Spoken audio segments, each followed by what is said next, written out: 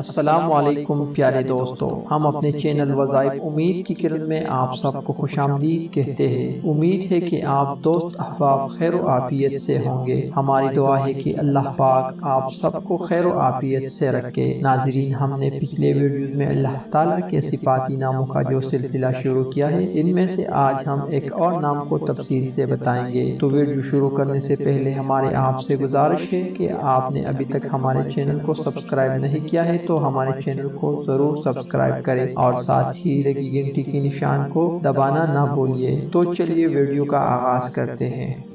یا قابض، اے روزی تنگ کرنے والے۔